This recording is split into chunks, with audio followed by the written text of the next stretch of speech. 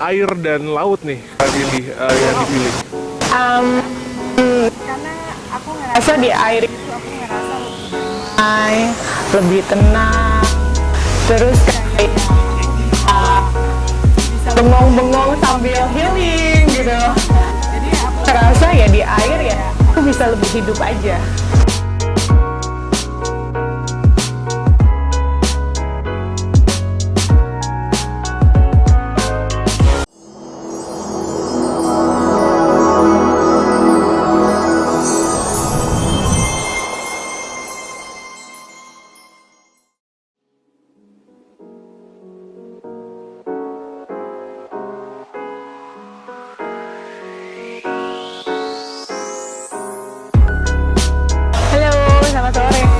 Kak Suni boleh tahu dong kesibukannya setelah lulus S1 S2 itu? Kemarin S1 hukum.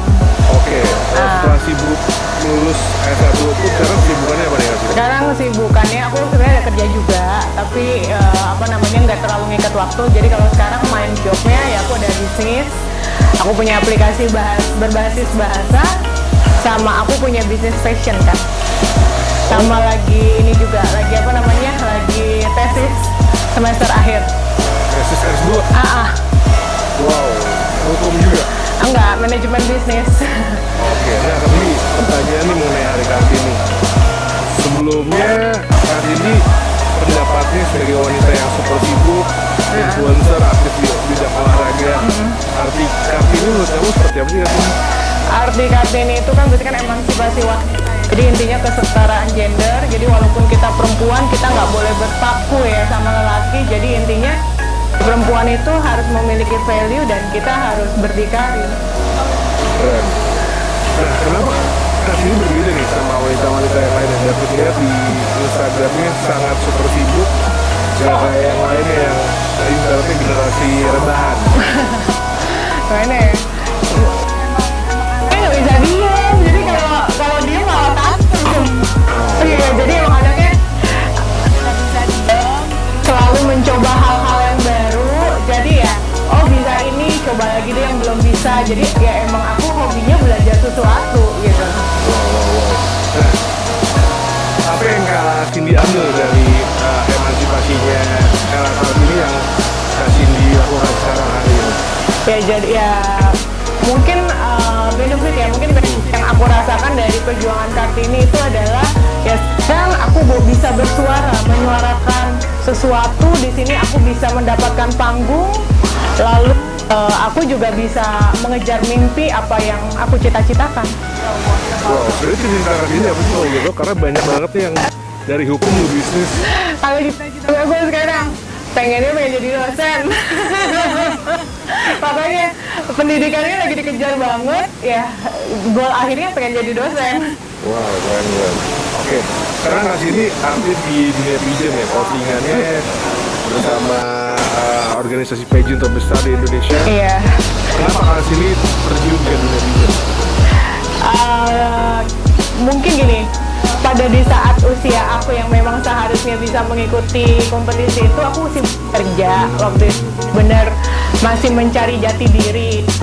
Terus sekarang ya ada kesempatannya, terus aku bisa skillnya, terus ya aku ngerasa ya apa yang aku lakukan itu semoga bisa menjadi berkat buat semua orang dan di lingkungan sekitar aku. Amin. Visi-misinya di dunia pageant apa ya? Visi-misinya ya seenggaknya perubahan. Jadi gini, pageant itu kan kalau menurut aku ada action ya, ada bukti nyata. Jadi perubahan itu sih sebenarnya bukan untuk siapa-siapa ya. Aku inginnya ya untuk keturunan aku nanti ke depannya agar bisa mewakili untuk keturunan aku ke depannya. Misalnya? Ya dengan perubahan aku gini, jadi dalam perjalanan ini tuh ya aku sekarang konsisten memakai tumbler karena kan untuk mengurangi sampah plastik. Nah jadi ya setidaknya aku konsisten sekarang hari dengan memakai tumbler. Lalu sekarang aku pun kalau healing memakai produk yang memang green, jadi tidak rusak laut. Menurut aku yang harus menjaga laut itu bukan apa namanya, bukan omongan semata. Jadi siapapun itu ya harus bentar. Oh, jadi dengan ikut dunia pageant, wadah Cindy bersuara Iya. lebih didengar ya? Yes, jadi aku ngerasa mendapatkan space bisa bersuara. Keren, keren. Nah, kenapa air dan laut nih kali ini yang dipilih? Rasa di air lebih tenang, terus kayak bisa bengong-bengong sambil healing gitu. Jadi aku rasa ya di air ya aku bisa lebih hidup aja.